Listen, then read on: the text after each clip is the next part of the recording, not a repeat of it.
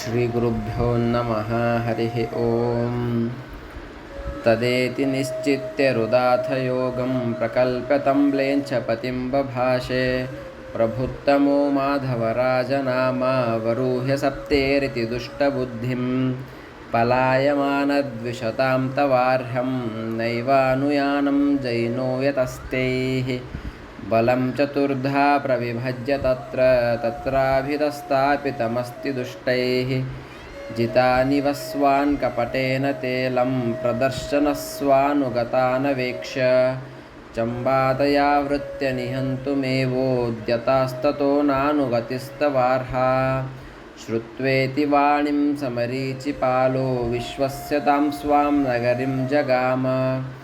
ಆಯನ್ ಪುನಸ್ತೆ ಶಿವರಾಜಲೋಕಾಃ ತದನ್ಹಿರಾತ್ರಾವತಮಸ್ತಕಾಶಂ.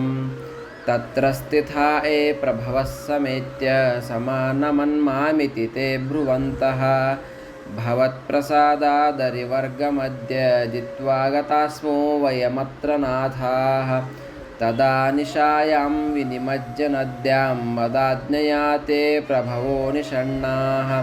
ತೃತೀಯಪಂಕ್ತೌ ಮುದಿತಾ ಅತೀವ ಭುಕ್ತಿಂ ವ್ಯಧುಃ ಸಂಗರಕೃಚ್ಛ್ರಭಾಜಃ. ಮಹಾಸಮಾರಾಧ ಮೇತದಾಪತ್ಪರಂಪರಾ ಸಂಹತಿ ಪೂರ್ವಮಾಸೀತ್. ಯತ್ಸಂಸೃತೇಸ್ತದ್ಗುರುರಾಟ್ಪದಾಬ್ಜ ಸ್ಮೃತಿಪ್ರಭಾವಂ ಭುವಿ ವರ್ಣಯೇತ್ಕಃ. ಇತಿ ಶ್ರೀ ಸತ್ಯನಾಥೇಂದ್ರ ಯತಿರಾಜಪ್ರಶಂಸನೀಂ ಕೃತಿನೋ ಭಾರತಿಂ ಶ್ರುತ್ವಾ ಪ್ರೀತಿಮಾಪುರತೀವತ. ಶ್ರೀ ಸತ್ಯಾಭಿನವಾಕ್ಯಪೂಜ್ಯ ಚರಣಾಂ ತೇ ವಾಸಿನಾ ತನ್ಮುದೆ.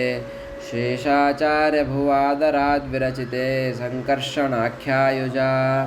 ಶ್ರೀಮತ್ಸದ್ಗುರು ಸತ್ಯನಾಥಯತಿರಾನ್ಮಾಹಾತ್ಮ್ಯರತ್ನಾಕರೆ. ಶ್ಲಾಘ್ಯೆ ತದ್ಗುಣಸಾರಲುಬ್ಧಕವಿಭಿಃ ಸರ್ಗೋ ಭವತ್ ಷೋಡಶಃ. ಶ್ರೀಕೃಷ್ಣಾರ್ಪಣಮಸ್ತು. ಹರೇ ಶ್ರೀನಿವಾಸ. ಇದುವರೆಗೆ ನಾವು ಕೇಳಿದ್ದು ಶ್ರೀ ಸತ್ಯನಾಥ ಮಹಾತ್ಮ ರತ್ನಾಕರ ಗ್ರಂಥದ 16ನೆಯ ಸರ್ಗದ 47ನೆಯ ಶ್ಲೋಕದಿಂದ ಕೊನೆಯ 55ನೆಯ ಶ್ಲೋಕಗಳವರೆಗೆ. ಈಗ ಅದರ ಭಾವಾರ್ಥವನ್ನು ಓದುವೆ. ಈ ರೀತಿ ನಿಶ್ಚಯಿಸಿ, ಒಂದು ಉಪಾಯವನ್ನು ನಿಶ್ಚಯಿಸಿ, ಮಾಧವರಾಜನೆಂಬುವ ಮೀರಜ್ ಪ್ರಭುವು ಕುದುರೆಯಿಂದ ಇಳಿದು ದುಷ್ಟಬುದ್ಧಿಯಾದ ಮೀರಜ್ ರಾಜನನ್ನು ಕುರಿತು ಈ ರೀತಿ ನುಡಿದನು. ಪಲಾಯನ ಮಾಡುವ ಅವರನ್ನು ಹಿಂಬಾಲಿಸುವುದು ಜಯಶೀಲನಾದ ನಿನಗೆ ಉಚಿತವಲ್ಲ.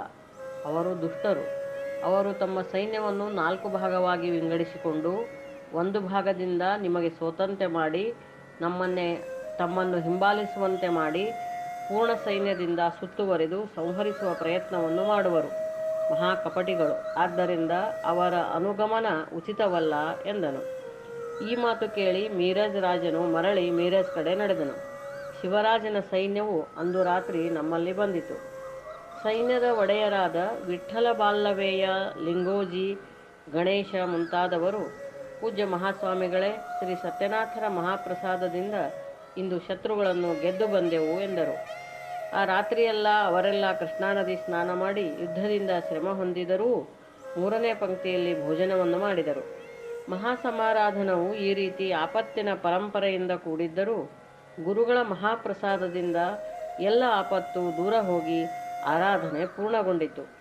ಇಂತಹ ಗುರುಗಳ ಮಹಿಮೆಯನ್ನು ಯಾರು ವರ್ಣಿಸಿಯಾರು?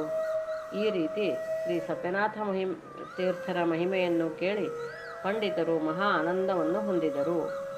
ಈ ರೀತಿ ಸತ್ಯನಾಥ ಮಹಾತ್ಮ ರತ್ನಾಕರದಲ್ಲಿ 16ನೆಯ ಸರ್ಗವು ಮುಕ್ತಾಯವಾಯಿತು. ಕೃಷ್ಣಾರ್ಪಣಮಸ್ತು.